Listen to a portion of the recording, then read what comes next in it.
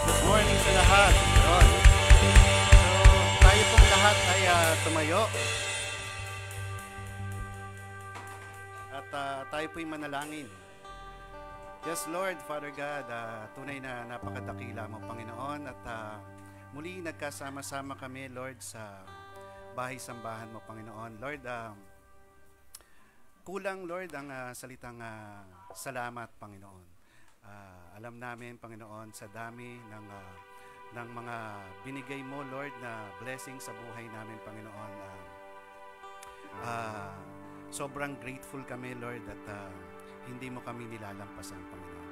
Lord, ngayong araw na to, Lord, ang tanging pangalan mo lamang, Lord, ang aming pupurihin, Panginoon, Lord. Naway magustuhan mo, Panginoon, ang mga inihanda naming awitin para sa iyo, Panginoon. Guide mo, Lord, ang mga kapatiran namin, Lord, na wala pa po sa bahay na to, Panginoon, sa bahay-sambahan mo, Panginoon. At buksan mo, Lord, ang aming mga puso't isipan, Lord, upang maunawaan naming maigi, Panginoon, ang mensaheng ibibigay, Lord, ng aming mahal na pastor, Lord. Patawarin mo kami, Lord, sa aming mga pagkakasala, Lord. Ang lahat ng kapurihan, Panginoon, ay sa iyo lang. In Jesus' mighty name we pray. Amen.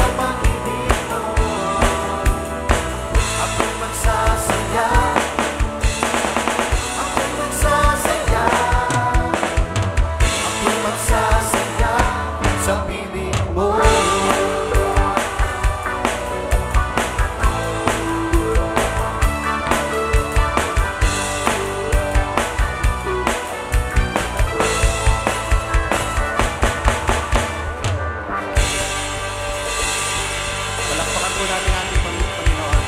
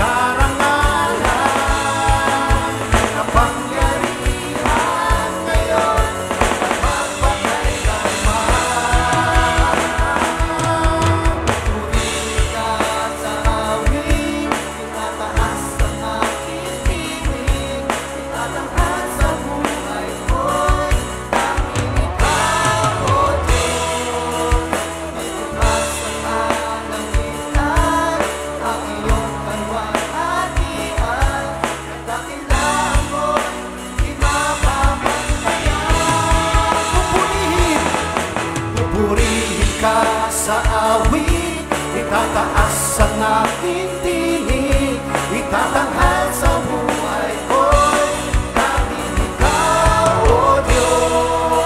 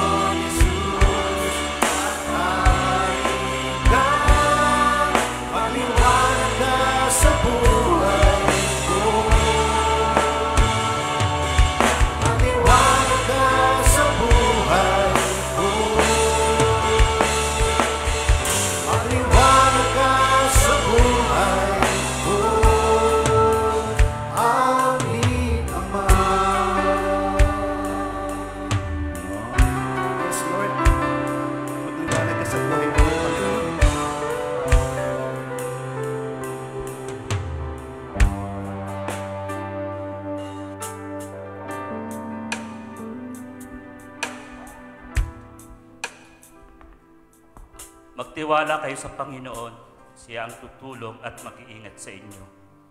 Kayong mga may takot sa Panginoon, magtiwala kayo sa Kanya. Siya ang tutulong at mag-iingat sa inyo. Hindi tayo kinakalimutan ng Panginoon. Pagpapalain niya ang mga mamamayan ng Israel at ang mga angkan ni Aaron. Pagpapalain niya ang lahat ng may takot sa Kanya, dakila man o aba. Paramihin sana kayo ng Panginoon, kayo at ang inyong mga angkan. Sana'y pagpalain kayo ng Panginoon na lumikha ng langit at lupa. Tayong mga buhay ang dapat magpuri sa Panginoon ngayon at magpakailanman. Purihin ang Panginoon. Dakilang Ama na makapangyarihan sa lahat, Diyos na lumikha ng langit at lupa, Diyos na nagbigay ng aming mga buhay at nagtiwala sa bawat kakayanan namin. Lord, nakita mo ang mga anak mo ngayon, nagpapakumbaba. Nagpapasalamat, Lord, dahil sa iyong kabutihan at katapatan sa mahabang panahon, nariyan ka para sa amin. Sa lahat ng aming mga challenges and struggles, O Lord, as you have said in your word, you will never abandon us, you will never leave us. Kaya nga, Lord, pinangahawakan namin ang mga pangako mo. Sa kabila, Panginoon, ng mga unos na dumarating sa aming mga buhay, even, Panginoon, yung mga breakthroughs, Lord, alam namin, kasama ka namin. Kaya dakilang Diyos sa mga oras na ito, maaring iba sa amin dito ay nakakaranas ng iba't ibang pagsubok. Nakakaranas, Panginoon, ng challenges sa relasyon, sa trabaho, sa emosyon, sa pag-iisip, sa mga physical na pangatawan at even, Panginoon, sa spiritual. Dakilang Diyos, hipuin mo kami. Hipuin mo kami, Panginoon, ng iyong makapangyarihang kamay. Because, O God, in your presence there is fullness of joy. Sa iyo lamang, Panginoon, matatagpuan ang contentment, ang kasiyahan. Sa iyo lamang, aming Diyos, matatagpuan ang kapayapaan. Kaya muli, Ama, narito kaming lahat, muling sasalok ng pagpapala sa iyong mga salita. Lord, we rebuke any work, any attempt of the enemy na patuloy na nakawin, sirain at patayin yung magandang plano mo sa bawat buhay ng mga anak mo na nagmamahal sa iyo. Lord, pagpalain mo kaming tunay ng iyong presensya. Let your peace that passes all understanding be upon us, O Lord. Sa mga panahon na kami naguguluhan, especially sa nangyayari sa aming bansa, sa nangyayari, Panginoon, sa Middle East, between Israel and Iran. Lord, humihingi kami ng iyong affirmation na ikaw ang Diyos na makapangyarihan sa lahat. You will put an order, Panginoon, sa mga kaguluhang ito. Dahil wala kaming ibang pwedeng takbuhan, kundi ikaw lamang, aming Ama. Lord, muli, narito kami, sasambahin ka dahil sa iyong kabutihan at katapatan, sa iyong pag-ibig na hindi masukat, sa iyong pagmamahal na ipinagkaloob sa pamamagitan ng iyong bugtong anak. Marami pong salamat, aming Diyos. Ang lahat na nagmamahal sa Kanya ay magsabi ng Amen and Amen.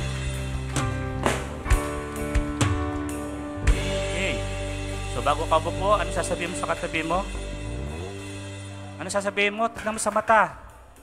I love you with the love of the Lord. Ayan.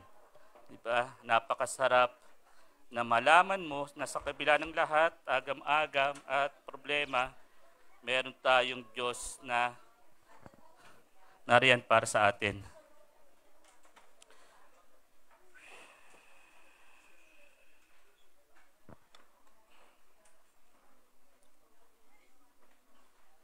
Okay, welcome sa ating mga special VIP guests. Very important person, no?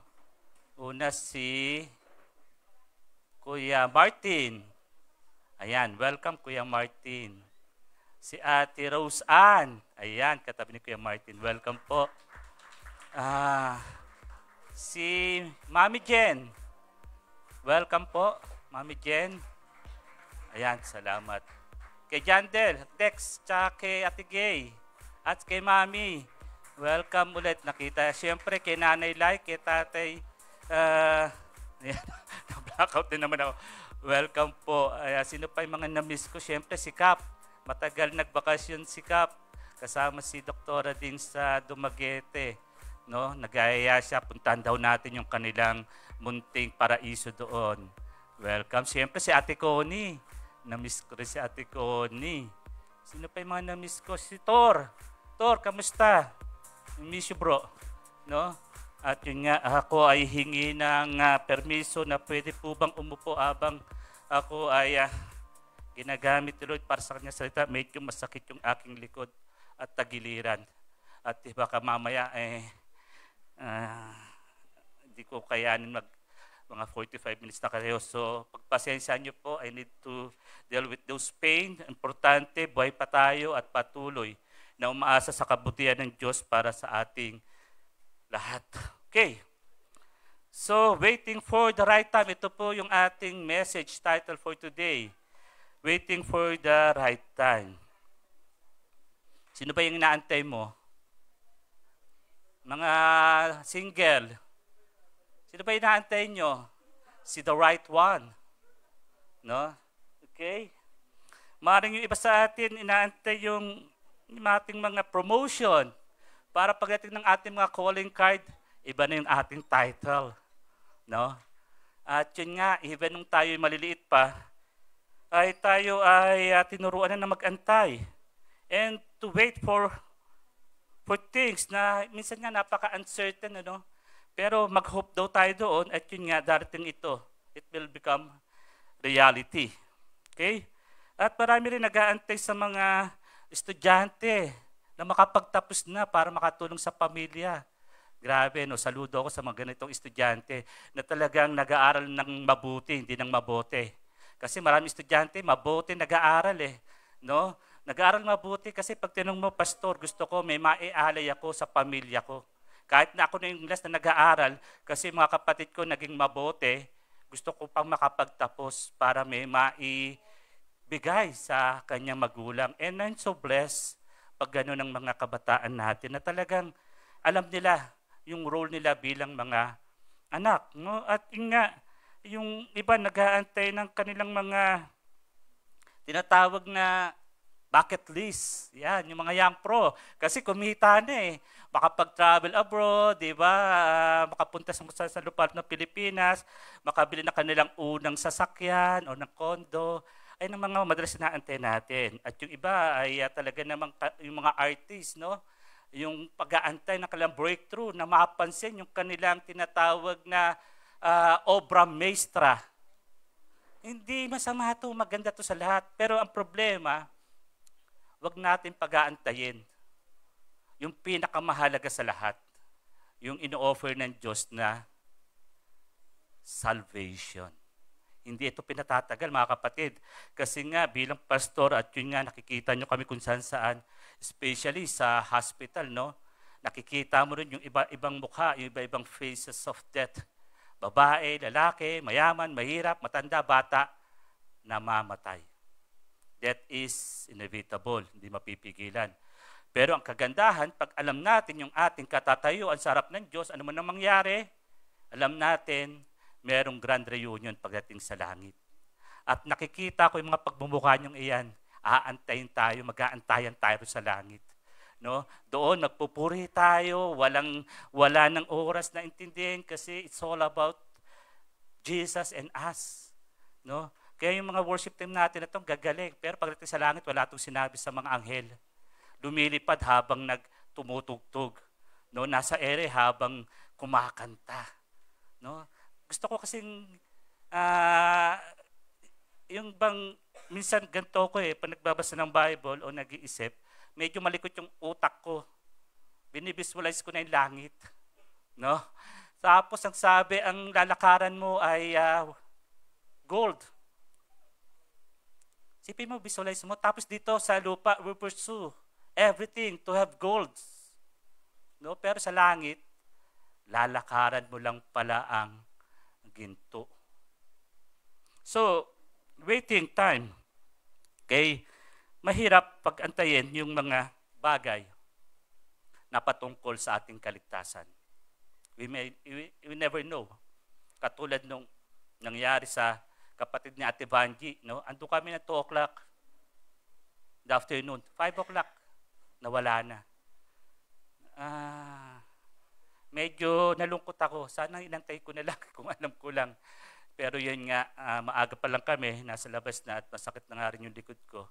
So, nagpaalam ako. Pero alam ko ang Diyos ay tinanggap siya, no? Doon sa kanyang lugar na hinanda para kay Kuya, no? Tewanji, kaya sa kabila ng kalungkutan, alam ko merong comfort na nanggagaling sa Panginoon. So, ang ating theme for April is also about experiences, yung mga karanasan at mga disiplina para maging isa tayong spiritual na matured, no?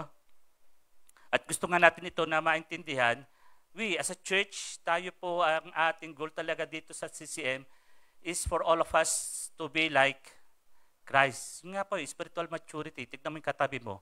Konting-konti na lang. No? Tignan mo, nasa proseso eh. Maniwala naman kayo kahit na minsan hindi ka panipaniwala. No? Maniwala na ng konting-konti na lang kamukha ni Christ. Ibig sabihin, nagmamatured na, nagiging katulad na si Jesus sa kanyang panalita, sa kanyang pag-iisip, sa kanyang pagkilos. Kasi nga, nararamdaman kung nasaan ka, nararamdaman si Jesus doon, naririnig at nakikita. Kaya nga po, sa ating pag-usapan ngayon, no, si Paul, kung paano si Paul sa pamamagitan ng kanyang mga experiences, yung kanyang pinagdaanan, nakita natin yung kanyang maturity. Kaya nga po, pagdating kay Paul, patay kung patay. May isang pastor na nagsishare ng gospel, may nakita siya isang mama. No? Siya ay nag-share ng gospel ng pag-ibig ni Lord. Kaya lang sabi ng mamang ito, tsaka na lang, pag yung buhay ko ay matuwid na. No? Pastor, tsaka na lang pag yung buhay ko ay matuwid na. So nagkita silang muli kasi si pastor ay intentional. Hindi niya hinayaan yung ganung sagot ay parang lalagpas na lang sa kanya. So nagkita sila ulit at nagkaroon sila ng pag-uusap. Ang sabi niya, pastor, tsaka na lang. Hindi pa ako handa. Kasi yung buhay ko ay magulo pa. No? Ako ay nasa sitwasyon na hindi ko pa kayang bitawan. So hindi malaman ni pastor ano yung kanyang bibitawan, ano yung kanyang magulong buhay, no? So dumating yung panahon, after some time, the pastor heard that the man died. No, namatay yung taong iyon, at nang siya nagpunta doon sa kanilang place, nakita niya yung kanilang common friend nando doon. No, ando doon sa bahay nung namatay na yon. At tinanong ng common friend na pastor, siya ba ay nakakilala sa Lord? Siya ba ay tumanggap sa Panginoon? Ang sabi ng pastor, siya ay nalungkot. He was saddened and sabi niya, sabi ng taong ito, he want his life to be strengthened out first bago niya tanggapin yung ino-offer na salvation. Pero ito nga, tuwid na siya kasi because of rigor mortis, di ba, yung muscle, pag namatay, yung muscle unti-unti, nag-stiff na. Ayan, straight na siya, pero ang problema, hindi na siya makapag-respond doon sa ino-offer ng Panginoon na salvation. Kasi bakit? Siya ay nag-procrastinate. Okay? Siya ay nagpaliban patungkol doon sa sinasabing offer na salvation. Kaya nga nakakalungkot na makita at marinig na ganito na huwag natin antayin na ang buhay natin ay maging matuwid. Never na magiging matuwid tayo sa harap ng Lord. Pero because of Jesus, yung kanyang righteousness sa krus ay ibinigay sa atin para kunin yung ating mga kamalian, yung ating mga kasalanan. At dahil doon, in the sight of our Lord Jesus, tayo ay matuwid. Okay? Tayo ay banal. Tignan mo yung katabi mo. Tignan mo. Parang di kayo naniniwala. Ha? Kung ang Diyos tinitignan kang banal, ang problema sa atin, mas malupit pa tayo mga tao. Hindi natin matanggap na tayo ay banal sa harap ng Diyos. Hindi sa ating mabubuting gawa dahil kay Kristo Jesus na kinuha yung ating mga kasalanan, yung ating kahinaan at ibinigay niya kanyang righteousness sa atin. Kaya nga, pwede talagang maging spiritual matured o maging Christ-like ang bawat isang tunay na merong relasyon sa Panginoon kasi nga nabubuhay si Jesus sa Kanya. Okay? So, ano yung ating takeaway for the week? Sabay-sabay, 3, 2, 1.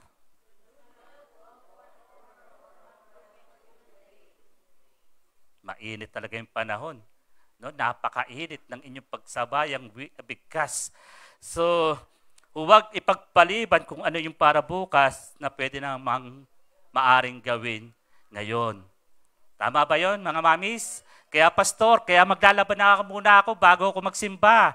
Kasi baka bukas umulan. Pastor, maglalaban muna ako kasi yung mga uniform ng mga bata at nung asawa ko, baka bukas wala na akong panahon. So wag ipagpaliban daw di ba? Yung ba yun? No. Wag ipagpaliban yung pinaka-importanteng relasyon natin sa Panginoon. Especially, itong corporate worship, no? Napakahalaga nito. Napakahalaga ng bawat isa atin kasi tayo ay na-encourage. No? Tayo ay patuloy na ini-strengthen ng Holy Spirit. Lahat tayo. At even sa aming mga pastor, kayo ay encouragement. Kaya nga kahit na kami may nararamdaman, makita lang namin kayo, okay na, solved na. Kaya Ate Connie, magpakita ka sa akin araw-araw para wala akong nararamdaman. Okay? Makita lang namin kayo, sa totoo lang. No? Sabi ko nga sa ibang mga pastor, yun nga, sa langit na tayo magpahinga. Mga luluwa muna. No? Mga luluwa muna at sa langit na tayo magpahinga. Importante, mga kaluluwa na kailangan ay makilala ang pag-ibig ng Diyos. So, we need to repent and believe in the Lord Jesus Christ kasi nga, we need to avoid yung foolishness ng tragedy of procrastination. Kailangan maiwasan natin itong kahangalan na dulot ng pagpapaliban. Ang sabi nga ng Bible, James 1:22. Okay? Ang sabi roon, huwag lang kayong maging tagapakinig ng salita ng Diyos, kundi sundin nyo ang sinasabi nito. Dahil kung hindi, dinadaya nyo lang ang sarili ninyo. Kasi marami, yun nga, hindi sold out doon sa ino-offer ni Lord na salvation. They're trying their best to put a good show, no? They're trying their best to do good things. Pero hindi nga aabot eh. For all have sinned and fall short of the glory of God. Sabi sa Romans 3:23, hindi talaga aabot. But ang importante, makita sa atin, yung ating puso ay talagang sold out sa Panginoon. Na ating ginagawa yung mga mahalagang bagay, mga essential, especially when it comes sa salvation. Ilan sa mga kasama natin sa work, sa campus, sa bahay, ang hindi pa nakakilala sa Diyos. At pwede natin sabihin, tsaka na lang kasi baka hindi pa sila ready. Tsaka na lang kasi baka ma-offend sila. O tsaka na lang kasi baka i-reject ako, i-disown ako ng mga tropa ko pag pinakilala ko si Jesus. But the problem is yun nga, that is inevitable. Ang hirap kaya na may mga taong namamatay na hindi mo alam kung merong relasyon sa Lord. Ang hirap. Especially kung kakilala mo, baon-baon mo to. At gusto mo sanang muling buhayin siya katulad ni Lazarus na ginawa na Lord. Pero wala tayong kakayanan na ganoon eh. Kaya nga napaka-importante, yun nga, huwag nating ipagpaliban ang mga bagay, especially patungkol sa salvation. So, Acts 24, buksan po natin ating mga Bible. Tignan natin kung paano si Paul, despite ng kanyang mga accusation laban sa kanya, hindi niya inalintana ang kanyang hinaharap na kaso, pero patuloy siyang nag-share ng gospel, especially doon sa proconsul o doon sa governor ng Judea. Acts 24. Last week, pinag-usapan natin chapter 24, 1-9. No? Si Paul ay pinaratangan na isang troublemaker. Okay? Siya raw ay leader ng isang kulto na lumalaban sa mga Romano. Okay? At siya rin ay ando doon sa Jewish temple at ang ginawa niya, ito ay kanyang parang desecrate. Parang siya ay parang binastos niya yung templo kasi nga dahil kay Trophimus na isang Ephesian na sabi ay dinala niya doon sa loob ng templo. Tandaan niyo, sabi ko sa inyo, ang sacred things para sa mga Hudyo, yung kanilang bansa, yung scripture at yung kanilang templo. Bawal na bawal magpapasok sa templo ng hindi Hudyo. At ito yung mga accusation kay Paul dito sa verses 1-9. No? Siya raw isang troublemaker. Sa totoo, paano siya magiging troublemaker? Di ba nandoon siya sa templo hindi para mangumbinse, mag-convert, kundi nandoon siya para sa kanyang cleansing process. Nakasama yung 4 na lalaki dahil nga akala sa kanya, siya ay ando doon sa mga lugar na pinuntahan niya para sabihin na ang mga Jewish tradition and ritual ay wala ng halaga. So bilang pagpapakita na siya isang Hudyo pa rin, na siya ay tumatanaw pa rin sa kanilang tradisyon, ang sabi sa kanya, kailangan mong dumaan sa cleansing process. Bilang patunay na ikaw ay Hudyo pa rin. Ito yung mga Nazarite rites. No? Nagpapahaba sila ng buhok hanggat hindi pa nila nagagawa yung mga pangakong binitawan nila, mga commitment. So doon pa lang sila magpapagupit. Kung ilang buwan, ilang taon na inaantay nila, ay hindi sila nagpapagupit. Hindi sila pwedeng uminom ng alak. Hindi sila pwedeng humawak sa mga kabaong, sa mga patay. Kasi nga magiging unclean sila. So parang mababaliwala yung kanilang panata o commitment pag ginawa nila ang lahat ng ito. At sinabi nga ng mga Pariseo kay Pablo, para patunayan mo na talagang hindi ka nagpunta sa mga lugar na yon, sa dako ng Asia, sa dako ng Macedonia, samahan mo itong 4 na ito na magkakaroon ng cleansing process at ikaw ang magbayad sa kanilang gagawing cleansing process. Kasi may mga offerings din. No? Mag-offer sila. So ginawa ito ni Pablo, kaya pwede natin sabihin na hindi siya troublemaker, siya ay sumusunod pa rin. Pagpapakita at pagpapalaga bilang Hudyo na siya ay kababayan pa rin nila. At siya raw ay isang leader ng isang Roman cult. No? Ito yung kanilang mga accusation sa kanya. Siya ay pinuno ng sekta na sumusunod kay Jesus na taga Nazareth. Hindi siya anti-Roman na para pakialaman yung pamamalakad ng Hudyo, kundi siya ay kumikilala kay Jesus at patuloy na pinapakilala si Jesus sa mga kanyang kababayan. Hindi siya oposisyon ng Roman Empire. So maliwanag, pero ito yung mga accusation sa kanya. So Paul tried to desecrate the Jewish temple. No? Kasi nga, akala nila, para bigyan si Paul ng pag-akusa na ikakatalo niya, ang sabi nila that Paul is a threat to the Pax Romana.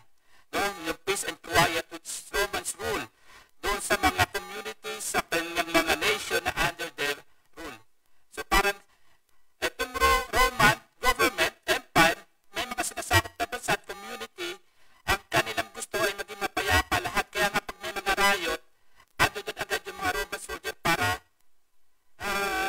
bigyan ng kapayapaan kasi mananagot sila doon sa kanilang hari o sa emperor kung bakit nagkakaroon ng riot. So nakita natin dito, hindi ito ginawa ni Paul. Kahit itong si Tertullus na isang orator, na magaling na orator, ay kailan sinasabi sa Council of Sanhedrin, ito yung mga bumubuo ng mga Sadduceo at Pariseo, na mga matatalinong tao na alam ang salita ng Diyos, hindi mapapasabalian na si Paul ay totoong naging isang mabuting Hudyo para sa kanyang bansa. No? Hindi siya kailanman gawa ng kaguluhan, hindi siya kailanman lumaban sa sistema ng Roma, at yun nga, hindi niya kailanman gumawa ng mga bagay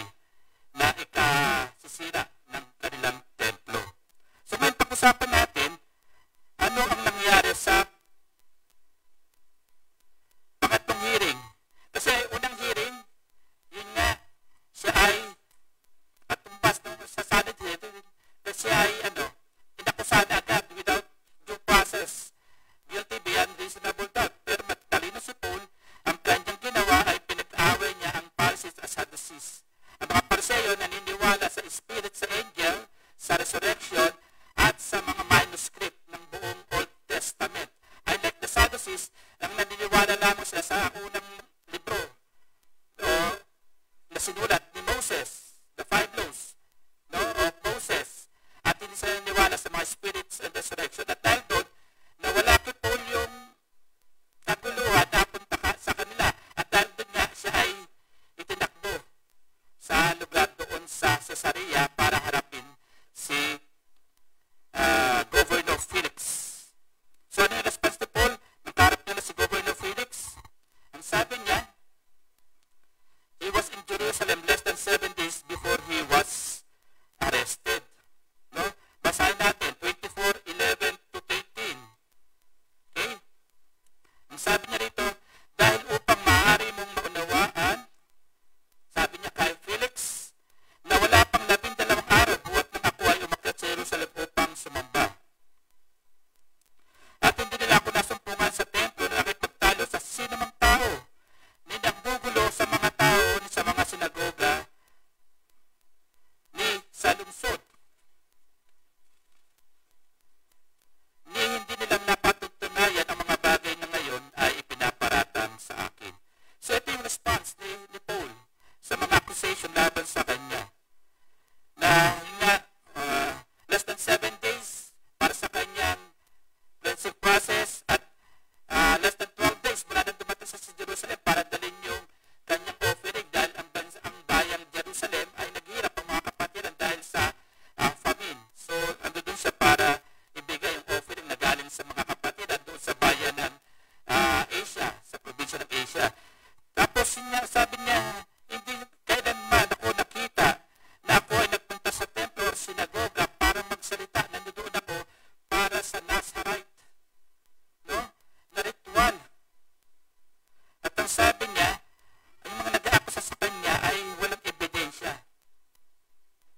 para doon sa sinasabi nilang claim against him. Marami sa atin, mga Kristiyano, marami rin sa atin humaharap sa mga different accusations. Tama? Na tayo daw ay trouble maker. No? Trouble maker ka ba, kapatid? Ha? Kasi lahat ng kaguluhan sa ikaw nagpapasimula. Lahat ng away, ikaw ang ugat. Pag dumarating ka, nagkakagulo na. Pag dumarating ka, hindi iwas yung mga tao kasi ikaw ay trouble maker. No? Ikaw daw ay isang anti-tropa na.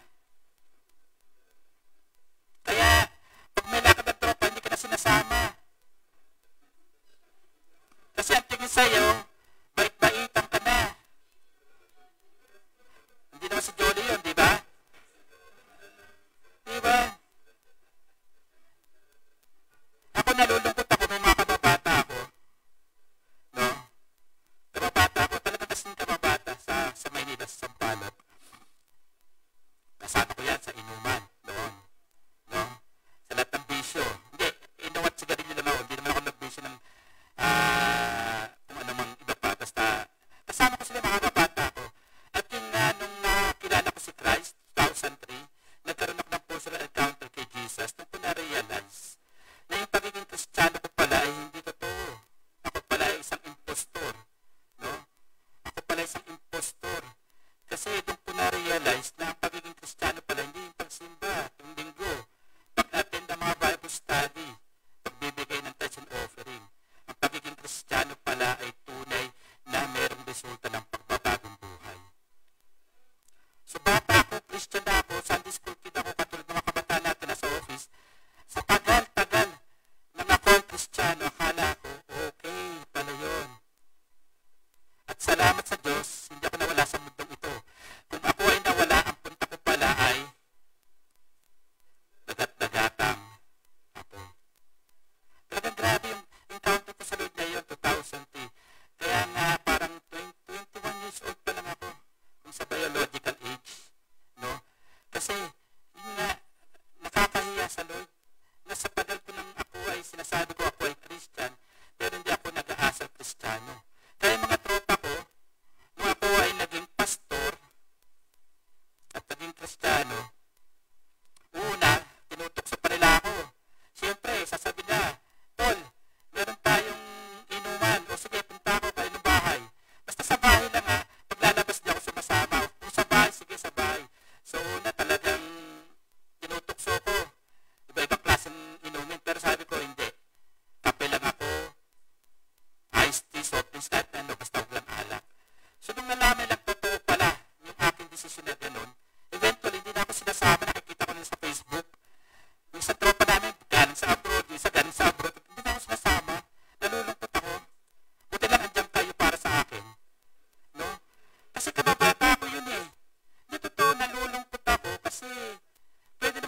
sumama sa kanila kasi during naman ang kanilang inuman, kahit nandun ako, hindi ko naman sila tinitipong nagiging banal-banalan ako o matuwid ako o yung masama yung ginagawa niyo. Hindi.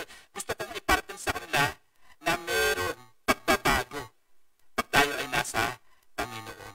Na totoong may pagbabago.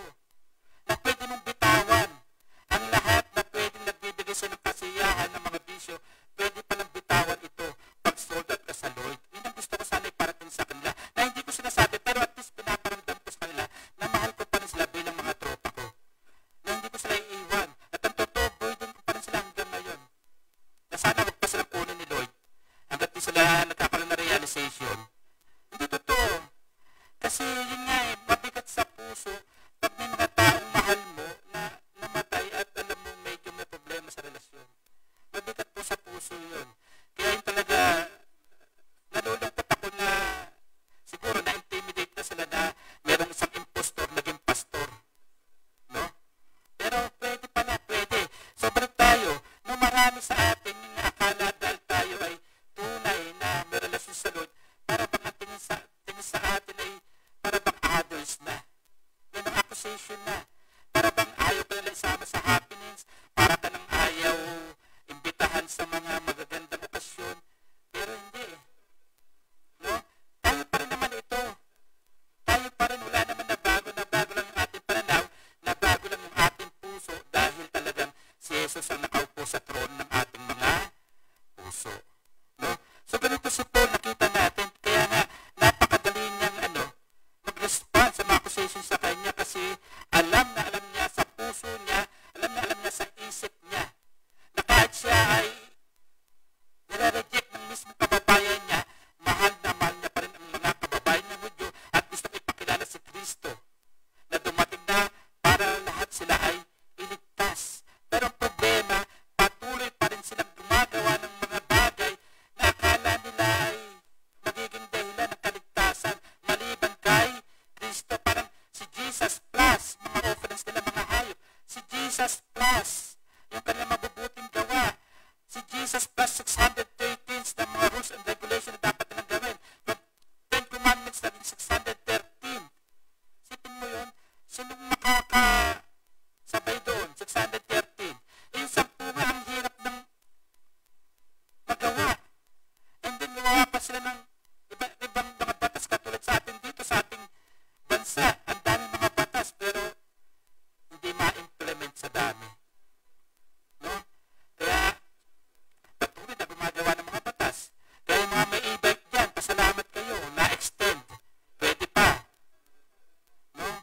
Pero yun nga, gumagawa ng mga batas na sana pag-aralan mabuti at yun nga, na makita natin na implement ng gusto.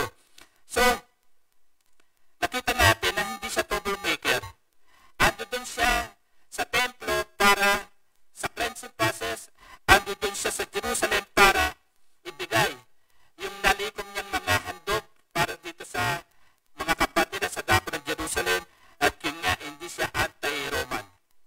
Okay?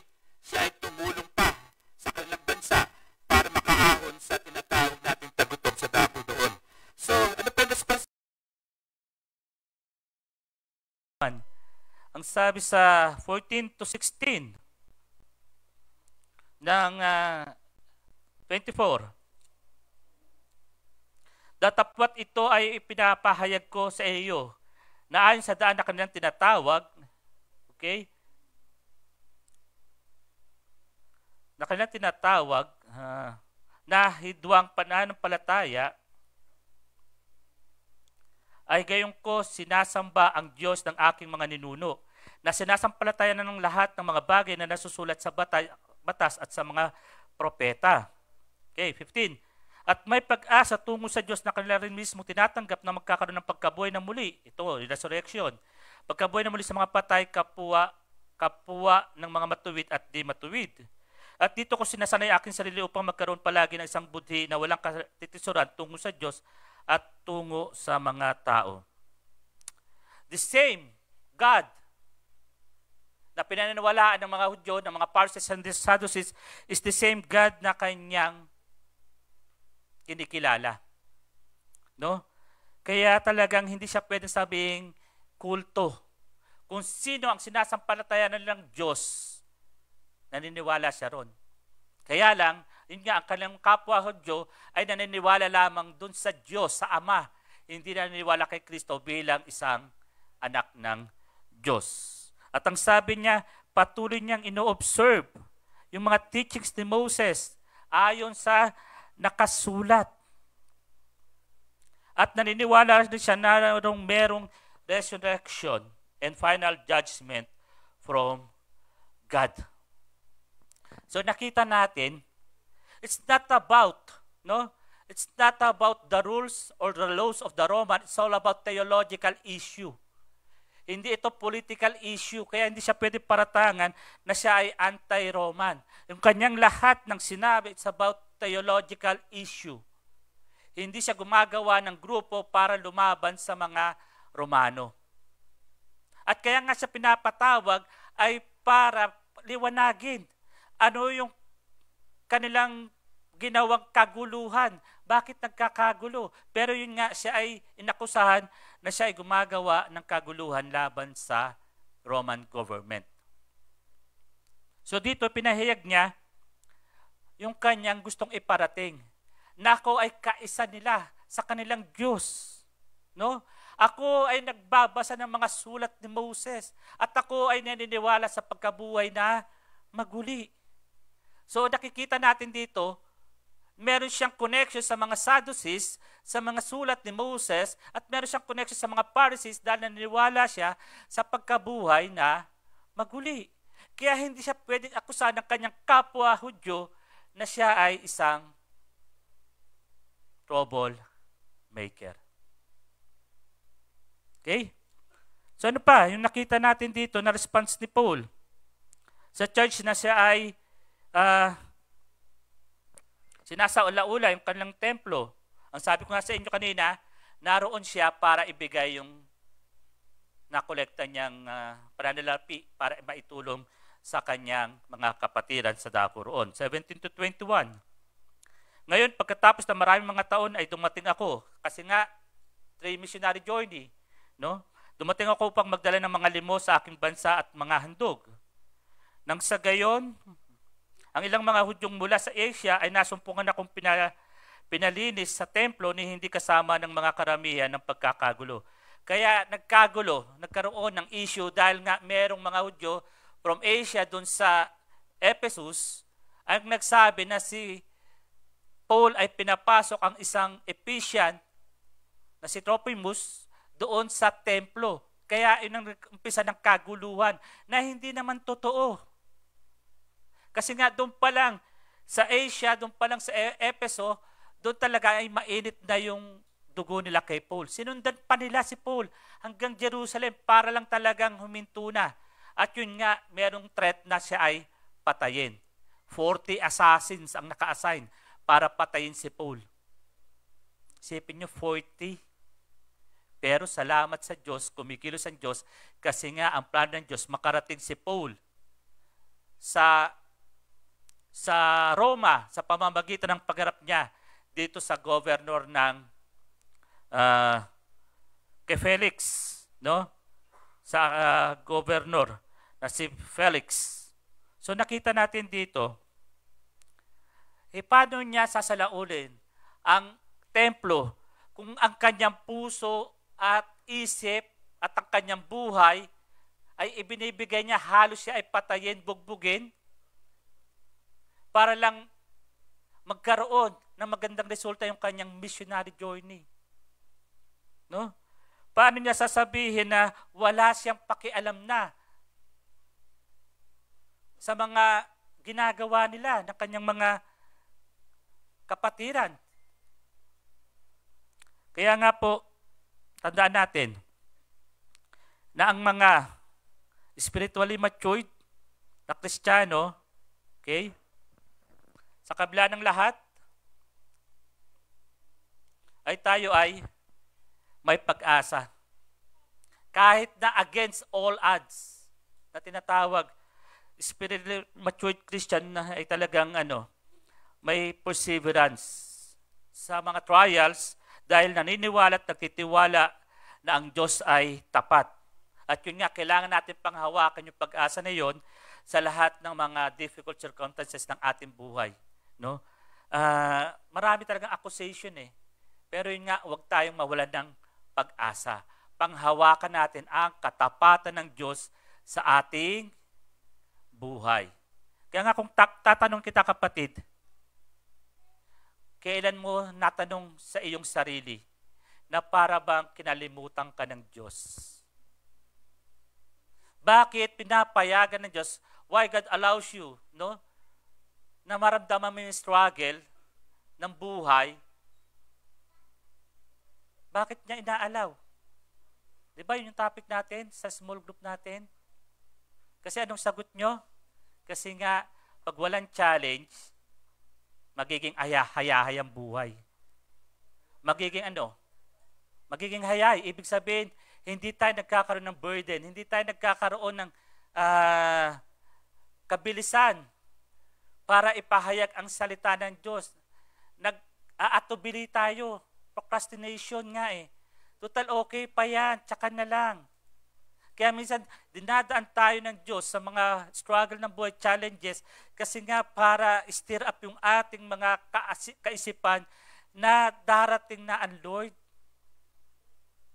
Mula nung siya'y namatay, hanggang sa mga oras na ito na tinatawag nating end times. Dahil ang sabi niya, muli akong babalik. Kaya nung namatay siya at bumalik sa ating amang nasa langit, simula na nung end times until now, ilang siglo na ang lumagpas. Hindi natin pwedeng sabihin matagal pa. Hindi natin pwedeng sabihin tsaka na. We're living on the end times, mga kapatid. We need to hurry up. Wala nang hayahay ang buhay. Ang daming kapatid natin, kamag-anak, kakilala, kaibigan, katrabaho. At pag nakita tayo ay kapiling ng Diyos at sila ay ando doon sa tinatawag nating hell, ano kaya ang mararamdaman mo? Sasabihin ng kaibigan mo, kamag-anak mo, Bro Arnold, meron palang langit, ba't di mo sinabi? Totoo palang may langit. Ito ko ngayon, nandito, nakikipag-party kay Satanas, pero grabe yung party ko. Gusto ko nang mamatay, pero hindi ako mamatay. Kasi nga, spirit, yung kaluluwa na. Na siguro, kung ating i-imagine, ang hirap-hirap ng pinagdadaanan doon sa impyerno, doon ka magsasabing mangangarap at magwi-wish na sana mamatay na ako, pero hindi ka mamamatay-matay. Eternal condemnation. Mga kapatid, totoo po, may langit, may impyerno. Sa lahat ng nagkaroon ng tunay na pagmamahal sa Diyos, relasyon sa ating Panginoon Jesus, tinanggap bilang Diyos tagapagligtas, masarap mabuhay kasama siya. Pero sa mga nag-reject at patuloy na hindi kinikilala, I'm sorry to tell you. You need to decide now. You need to decide now. Patay kung patay. Katulad dito ni Paul. Maraming accusation, pero dahil sold out siya, kaya niyang harapin. No? So ano pa yung nakita natin? Ano yung response ni Felix? Si Governor Felix. No? The name Felix comes from Latin word, meaning, pag sinabing Felix, happy, blessed. No? In Spanish, feliz.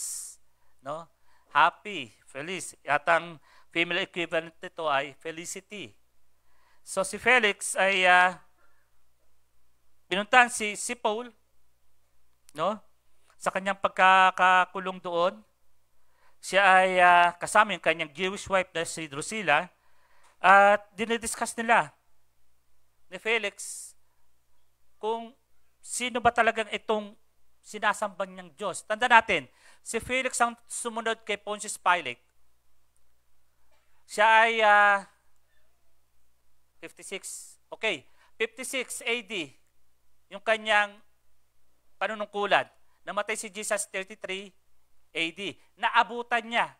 At alam na alam niya, may kaguluhan nun. Alam na alam niya si Jesus ay pinako sa krus. At alam na alam ni Felix na merong usapin din na ito ay nabuhay na maguli. At alam na alam ni Felix nangyari after ng kaguluhan na iyon, no? Na naging ang mga Kristiyano ay dumami sa Middle East. Kaya pinapatawag niya si Peter at kinakamusta niya, totoo ba itong mga aking naririnig patungkol sa iyo? Kasi curious siya eh. Kasi kung merong nakakaalam, si Felix yun. Bilang isang governor na sumunod kay Pontius Pilate. Kaya nakita natin dito na ayun nga, it's all about Jewish theology and not Roman law ang pinag-uusapan nila rito. Merong antig sa puso ni Felix, kaya lang hindi niya ma-affirm. Kasi pinatitigas niya yung kanyang puso sa kanyang nalalaman. At maraming Kristiyanong ganito. Alam si Kristo na namatay para sa atin. Alam na si Kristo ang nag-empower sa atin. Alam na si Kristo ang nagbibigay ng pag-asa, pero hindi sinasa puso. Kaya nabubuhay sa compartmentalized na buhay. Monday to Saturday, iba yung buhay. Pagdating ng Sunday, iba. Kailangan ko ano ang buhay mo ng Sunday, ito ang buhay natin sa buong linggo. Diba? Totoo, marami pa rin Kristiyano ang hindi sold out. Yes, mahirap yung proseso. Pero yun nga, kasamahan tayo ng Panginoon eh. Kasi bakit? Paglabas nyo rito mamaya, iba kakaharapin yung challenge. Pagpasok nyo bukas sa inyong mga opisina, sa trabaho, sa school, ibang challenge. Pero yun nga, we need to stand for the truth. Huwag i-compromise yung ating nalalaman. At patuloy na isabuhay. No? Kaya, di ba, sabi ko sa inyo, maraming Christian, ang sakit ay hydrocephalus. Ang daming nalalaman about sa Lord. Di ba, yun yung may retention ng fluid? Hydrocephalus sa mga baby, no, doktora? So, anong ginagawa? I-drain, no? Ang daming nalalaman about sa Lord. Pero yung puso, malnourished. Kasi hindi bumababa sa puso. Kaya hindi na-appropriate sa buhay. Hanggang kaalaman lang. No? Kaya ang dalangin ko sa inyo, kayo ay magkaroon ng heart enlargement. Hindi, spiritual, hindi physical. Hindi physical, kundi spiritual na heart enlargement. Na kung saan talagang lahat na nalalaman natin, lahat ng binabasa natin sa Bible, ay talagang sinasabuhay natin upang nang sa ganun talagang nakukultivate and na-appropriate sa ating buhay araw-araw. Para hindi tayo parang iba yung ating mga buhay sa araw-araw, para maging consistent tayo sa ating sinasabuhay. Kaya nakita natin na nga, si Felix ay hindi nagkaroon ng desisyon, no? At patuloy niyang nire-reject. Kung ilang beses siya na lumalapit kay Paul, pinapaliwanag, parang ganito nga eh. Si Felix na proconsul, okay? Siya yung judge, tapos si Paul yung suspect. No? Tapos si Felix yung authority, si Paul yung walang authority. Pero pagdating sa usapin nila dalawa, si Paul ang may authority. No? Kaya ang naging reaction ni Felix dito, okay? Siya ay natakot, nanginig sa takot sa mga pinagsasabi ni Paul. Especially nung sinabi ito ni Paul sa kanya na kailangan niyang mag-decide sa kanyang sinasabi, binabahagi. Because gospel is all about righteousness, it's all about self-control, no? And it's all about judgment. At kaya ang sabi sa 22, at nang marinig ni Felix sa mga bagay nito, na may lalong sakdal na kaalaman tungkol sa daang iyon, ay pinagpaliban niya sila. At nagsabing kapag si Lysias na punong kapitan ay bumaba, ay malalaman ko ang sukdulang tungkol sa inyong usapin. So, pinagpaliban. Laging pinagpaliban. No? Kasi ayaw niyang matouch when it comes sa righteousness. Ano ba yung righteousness? Being right in the Lord. Kasi nga itong si Felix, ito ay isang governor na laging humihingi ng bribe. Kaya niya lagi pinapatawag si Paul ay hindi para pakinggan talaga si Paul. Meron siyang hidden agenda. Maaring gusto niya na bilhin ni Paul yung kanyang kalayaan. Pwede kasi bakit? Kilala niya dahil si Paul ay isang Roman citizen din. May kakayanan. No? At dinil ni Paul din yung kanyang self-control. Ano yung self-control? To be restrained sa ating mga passion, sa mga desire natin. Kasi nga itong asawa niya na si Drusilla ay may asawa, inagaw niya. Ito ay pangatlong asawa na ni Felix. So sinasabihan siya ni Paul, nire-reason out ni Paul, you need to restrain your passion, your desire, your lust. So sino pa namang hindi aayaw dito? Naging baliktad na ang sitwasyon. Si Paul na ang parang nagiging judge na. At yung nga, sinabi niya pa rin na ikaw, Felix, ginajudge mo ko ngayon, dating ang araw, you will face the judgment of God. No? So gospel is all about righteousness, is all about self-control and judgment. Ang problema minsan, dinadagdagan natin. Kasi nga medyo mabigat. Kaya nga yung apat na gospel, ano yung apat na gospel?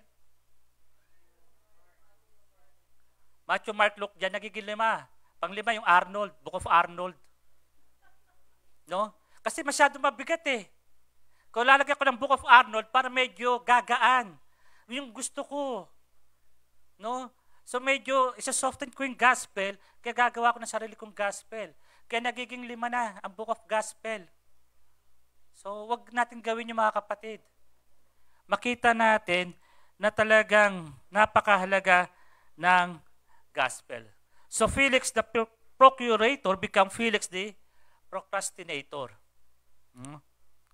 For 2 years, hindi siya nag-decide. Hindi lang doon sa kaso ni Paul, kundi sa desisyon niya na kilalanin itong the way na sinasabi. Yung Christian ay binanggit ito, hindi ng mga Kristiyano noon. Sila ay tinawag na Christian ng mga tao doon sa lugar ng Jerusalem. Okay? Kaya nga, ang tawag nila sa kanilang pananampalataya ay the way. Because Jesus is the way, the truth, and the life. At tinawag din sila rito sa Acts na taga-Nazarin. Kayong mga taga-Nazarin. Kumikilala sa Nazarene because Jesus is from Nazareth. Ang sabi ng mga disciple ni Jesus, ano ang mabuti sa Nazareth? Ibig sabihin, wala talaga mabubuting tao sa Nazareth. So, insulto na tawagin kang from Nazareth o Nazarene ka.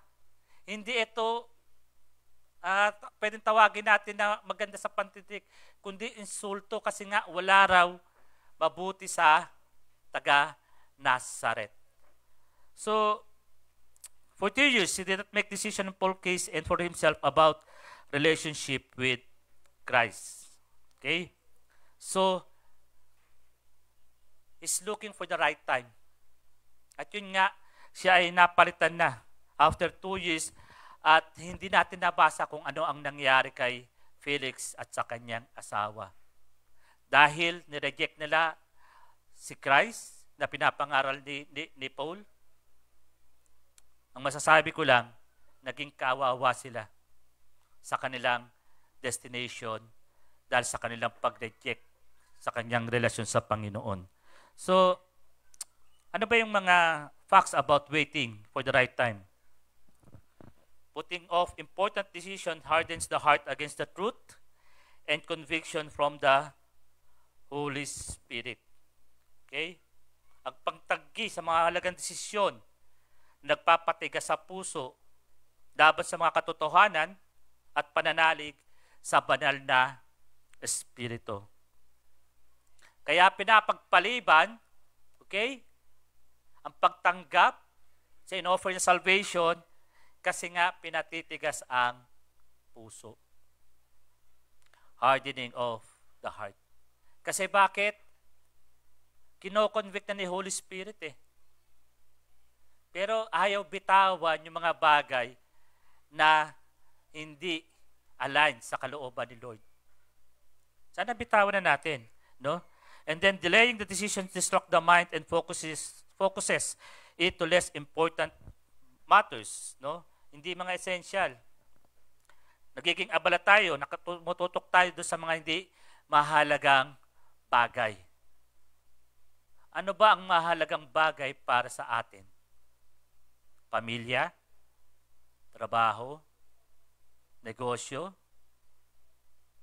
above all things, mahalaga saan pupunta ang ating kaluluwa after ng buhay natin dito sa mundong ito.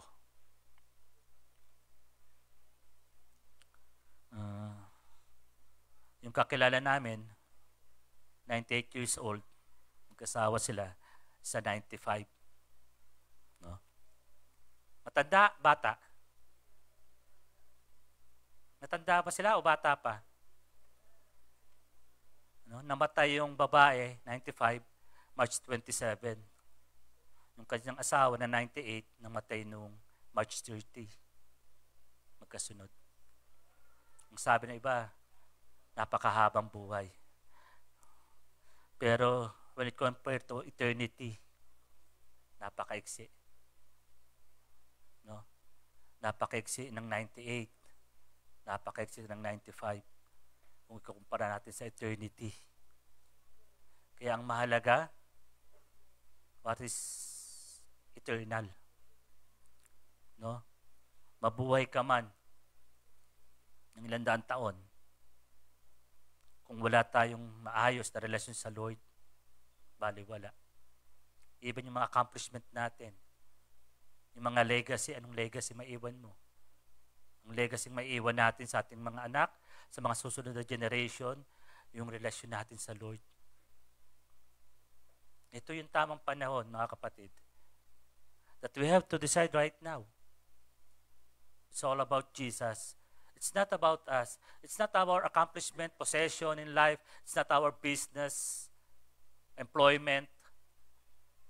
It's all about Jesus. Bakit ko sinasabi ito?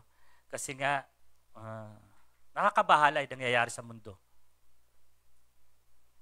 Nakakabahala. Lalo't may anak ako nasa malayong lugar. No, namimiss ko rin. Pero yun nga, bakit ako nagiging matatag? Alam ko yung anak ko may relasyon sa Lord dahil pinakilala ko ang Diyos sa Kanya. Ayun ang nagiging comfort ko na lang. No? Kahit malayo, hindi ko mayakap yung apo ko, pero merong assurance eh. Ano man ang mangyari, magkikita kami ng anak ko. Magkikita kami ng apo ko. Kasi merong Diyos na buhay. Naniwala ba kayo ron, mga kapatid? Maniwala tayo. Huwag tayo magpatakot. Yes, mag-aalala tayo, pero huwag tayo magpatakot sa nangyayari sa mundo. All we have to do is yung affirmation ng Panginoon na hindi niya tayo iwan at pababayaan. Yes, ando doon tayo sa dilubyo, ando doon tayo sa gitna ng storm, pero sabi ni Lord, huwag ka matakot at kasama mo ako. Ilan sa inyo may kamag-anak sa Dubai? Grabe. Oh, yung baha doon. Sa Middle East, hindi naman inuulan ng ganun, tuyong-tuyo. Pero anong nangyayari? Marami tayong kakilala, kaibigan, kamag-anak na naroroon. May mga Pilipinong namatay na. Ano nangyayari sa ating mundo? Pero ang consistent, ang Diyos, tapat siya, magpakailan paman. Kung mahal ka niya noon, mas mamahalin ka niya ngayon. At mas mamahalin ka pa niya sa darating na panahon. Ang problema ay, tinatanggap ba natin yung pagmamahal na yon? No? Ina-accept ba natin? How do we respond dun sa love na yon? O baka naman nine-neglect natin, sinasantabi natin, okay Lord, mahal mo naman ako eh. meron ka namang grace and mercy. Pero pag alam mo about grace and mercy, lalo kang magtitiwala sa Lord, lalo kang lalapit sa Kanya. Dahil because of grace and mercy, ayaw mo siyang masaktan. Hindi mo maabuso yun. It is a covenant relationship. Grace and mercy of God is all about covenant relationship. Pag wala kang covenant relationship sa Kanya, wala rin ng grace and mercy. Covenant relationship is what? Kahit na hindi ka tapat, ang Diyos ay magiging tapat sa iyo magpakailan pa man. It's not about contract. Our relationship with God is all about covenant relationship. Magpakasama-sama ka man sa iyong buhay, gagawin pa rin ng Diyos yung kanyang covenant relationship sa iyo. Mamahalin ka niya, tatanggapin ka niya, patatawarin ka niya, at patuloy kang bibigyan ng another chance. So, ano yung ating conclusion? If you already have most of the facts, no? Alam na natin lahat. Do not delay your decisions. Procrastination never gives benefit. Hindi talaga. Nagbibigay pa ito ng false hope.